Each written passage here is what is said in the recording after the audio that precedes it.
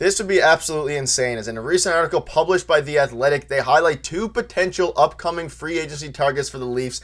And a couple of these guys that are linked to the Toronto Maple Leafs might surprise a lot of fans out there. So I'm going to break that down and discuss what the fit could be and what a potential contract and deal could look like. So I'm going to break all that down. Before we do, thank you guys for allowing us to reach 10,000 subscribers. If you're a part of the 80% who still aren't subscribed, make sure to hit that button. But it means the world to Darius and I make videos every day. So thank you guys so much for your support. And we did hit it in yesterday's video, but that was recorded before we hit it. We hit 10K. Thank you guys so much for that. And yeah, we'll continue to pump out daily content for you guys. Now this one is going to be a fun one, Darius.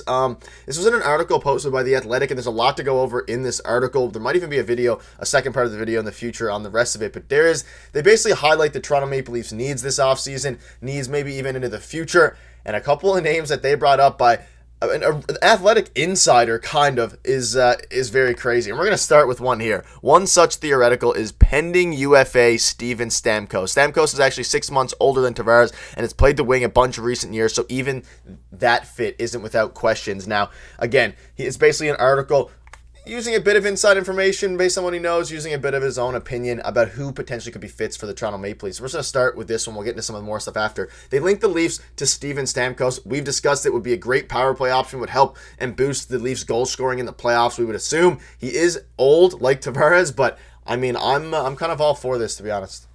Yeah, it's an interesting linking here, and I believe this was by Jonas Siegel in The Athletic, and I'm not sure it's a fantastic fit for the Leafs because, like we were talking about a couple of days ago when Frank Saravalli put out his list of top free agents and what their projections might be, I think Stamkos is looking for somewhere in the area of $6 million a year for the next like 3 or 4 years, so I'm not sure that fits with the Leafs timeline, but in terms of fit, I think you take Steven Stamkos on the Leafs in a hypothetical NHL 24 simulation or something like that. But I'm just not sure it fits with the Leafs. But like he said, he could play the wing and Tavares could stay in the middle. But again, we've been talking about how that might not be an option for the Leafs. But in terms of Steven Stamkos, I mean, his production for his age has not really dropped that much. He's still putting up almost a point a game every season.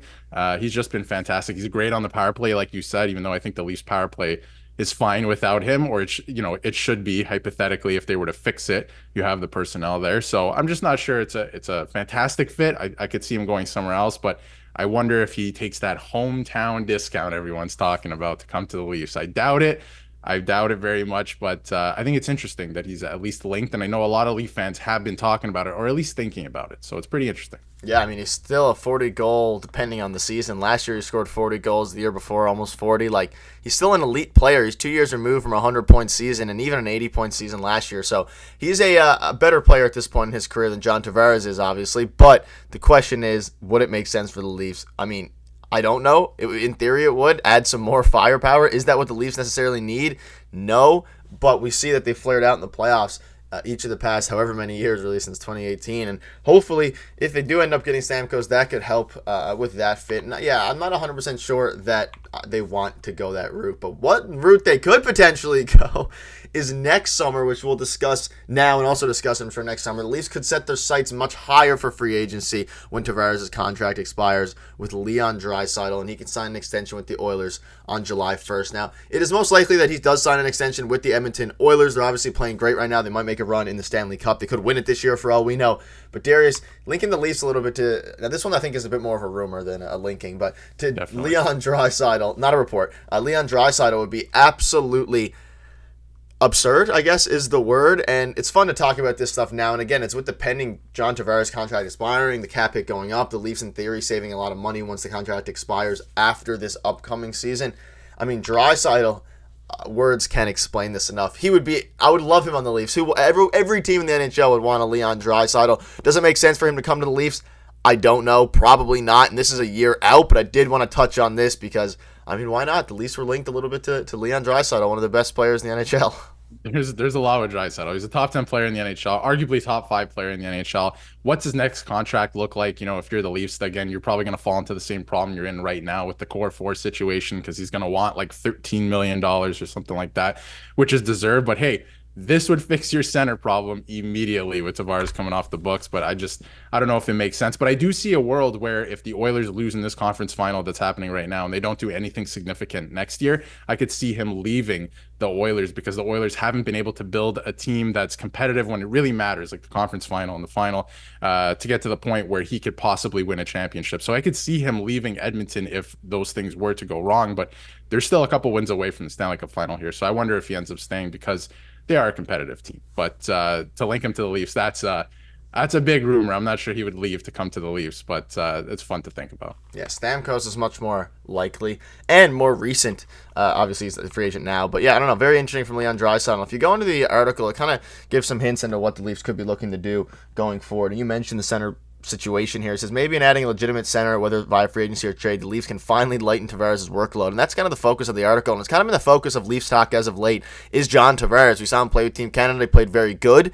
The question is, can he be a second-line center going forward? And that is still up in the air. But you can see the second paragraph. That was the thing in the playoffs. Tavares was asked to do most of the heavy lifting defensively and handled it about as well as the Leafs could have hoped. He just didn't have the offense to match. And that's kind of where they're at now with John Tavares.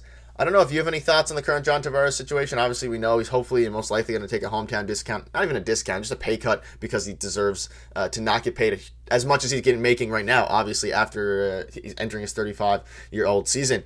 I think that he's going to resign with the Leafs, and I don't know where they're going to put him. Is he a second-line center at this point? I don't think so. There's a chance he can maybe do it next year as his last year, maybe.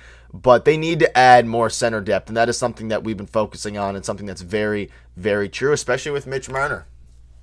Yeah, we were already talking about last season or at the end of last season or during last season that Tavares was not good enough to be a second line center anymore. Not that he's not good enough. It's the foot speed is an issue, his speed and quickness, right? It's becoming an issue.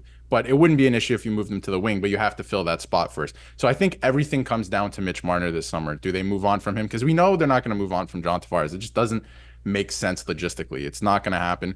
It's going to be hard to do. He only has 1 year left. He's going to resign anyway, even if you were to trade him. And I don't think he's waiving his no movement clause. So it's just not going to happen. Everything comes down to Mitch Marner. If you can free up that salary, I wonder what you can do with it in terms of defense, maybe even goaltending, maybe finding a second line center. It's one of those things that you got to do with that salary. If it frees up, then you can move Tavares to the wing, at least for next year.